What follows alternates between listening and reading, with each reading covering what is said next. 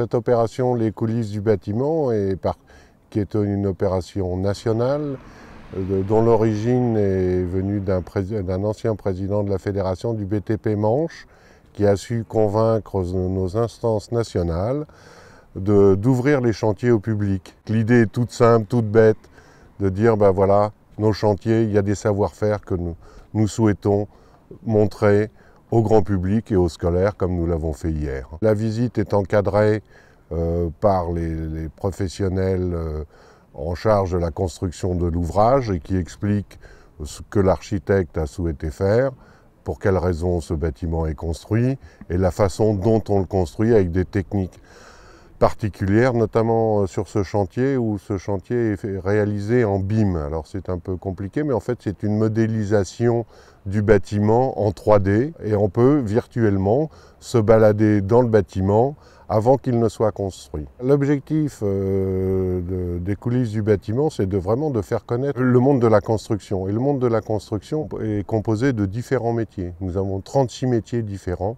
donc les jeunes qui se destinent à venir dans nos entreprises peuvent trouver de multiples fonctions. On est sur la maison du Technopôle, donc un chantier majeur pour Saint-Lô-Aglo, qui est en quelque sorte un projet qui va être la porte d'entrée du développement économique de Saint-Lô-Aglo, donc de notre territoire saint-lois, qui est en plein développement sur le plan économique. Et ce bâtiment se veut un bâtiment d'accueil d'entreprises, de start-up, d'innovation, possibilité aussi avec à côté, je pense au groupe FIM et de manière générale à des espaces de formation, puisqu'on va avoir un grand amphithéâtre, des espaces donc ouverts en fait. Possibilité donc pilotage Saint-Lô-Aglo, donc c'est l'Aglo qui va être propriétaire de ce bâtiment.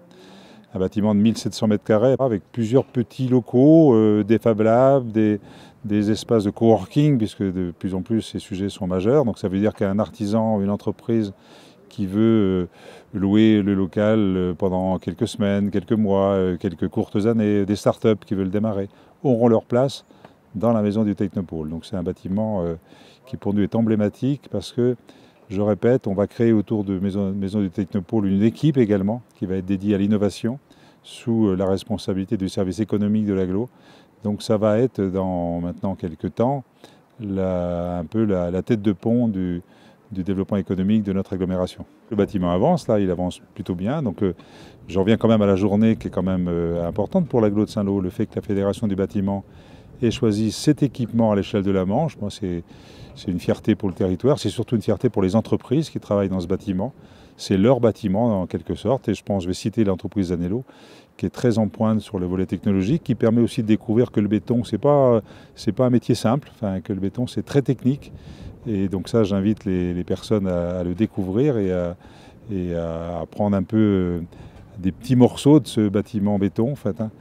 Et donc on pense que 2019 sera l'année de la concrétisation et on est sur un chantier qui devrait se terminer fin 2019, début 2020. Enfin, voilà. À bientôt sur tvi.tv.